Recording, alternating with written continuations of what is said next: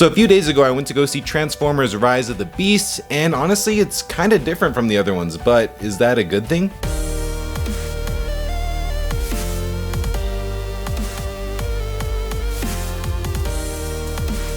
Welcome back to Gavin Goes to the Movies. I'm Gavin. Let's talk some movies.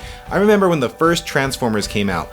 That was not supposed to be good. That was not supposed to be a good movie. And Michael Bay of all people, was able to put together a cohesive story that was good enough, great action, really good CGI that still holds up today. Having said that, the sequel to that movie, plus all the other ones, are kind of forgettable and honestly really generic. Except for Bumblebee. That one turned out to be a really good one that no one really saw. I like to look at Rise of the Beast as basically a palate cleanser for the Transformers movies. Keep in mind, Transformers has been around for more than 10 years and it's gotten kind of stale. No, hold on a minute. So Rise of the Beast does enough to make it feel unique and different, but also retain what made those other movies special. The first thing that Rise of the Beast does that's different is that it goes back in time to 1994. They call it Scranton. What? The Electric City. Scranton. What? The Electric City. Basically, the two human leads, Noah and Elena, get caught up in this huge war between the Autobots, Terracons, and Maximals for, you guessed it, an alien artifact. Again.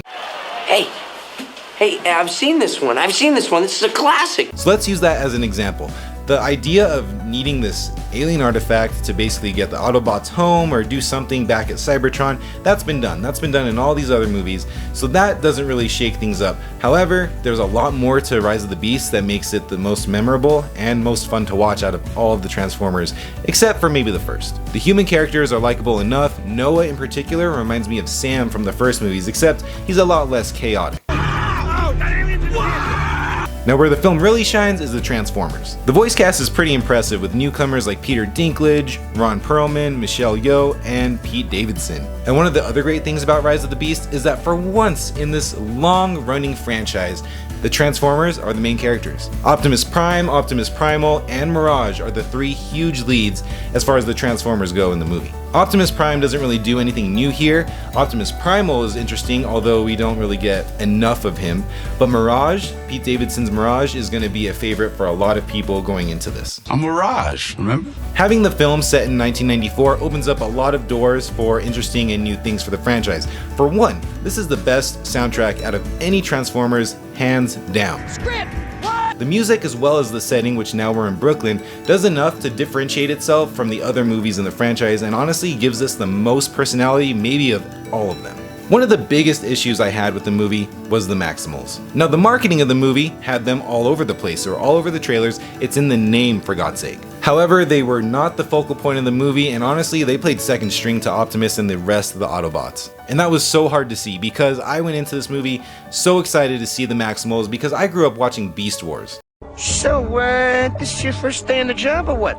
Shut up, Rat Trap. And that's what I wanted. I wanted more Maximals. I wanted Optimus Primal, I wanted Cheetor, and honestly, the only two Maximals that get any actual screen time is Optimus Primal and then Air Razor. Now there are other Maximals in the movie, but they don't do anything. So it would have been nice to see more Maximals in the movie, but maybe we'll get that in the sequel, and guaranteed there will be a sequel because they've already done 7, why would they stop here? Especially after that final scene of the movie. This probably had the best cliffhanger of any Transformers in the franchise, and honestly that's a breath of fresh air because every movie prior to that just ends with Optimus saying some speech and then it just ends. This one helps to set up an actual franchise moving forward with the Maximals, with the Autobots, whatever it may be.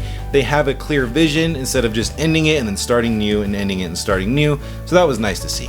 Having said that, I did have a great time with Rise of the Beast. Now it's not going to win over anyone who didn't like the other films, but if you felt like the franchise was getting kind of stale and needed a change, you're going to enjoy this one. Rise of the Beast takes big risks with a few things in the film, and they do enough to differentiate it from others to make it feel unique and stand on its own with the setting, the music, and the new characters. Now, is it a great movie? No. Is it good enough? Yes. Now the question that's on everyone's mind, should you stay to the end of the movie? No, you should not stay till the end of the movie because there's a mid-credit scene that you can stay for if you'd like, but the main thing that you need to stay for is that final scene in the movie, which I don't know why you would leave before the credits roll, but that's the one you need to see. Thank you all for watching my review of Transformers Rise of the Beast. If you liked the video, please click that like button. Let me know down in the comments section what your favorite Transformers movie is and if you even like this one. And also, please remember to subscribe to my YouTube channel for movie news, reviews, rankings, recaps, and more. Until next time, everybody, see you later.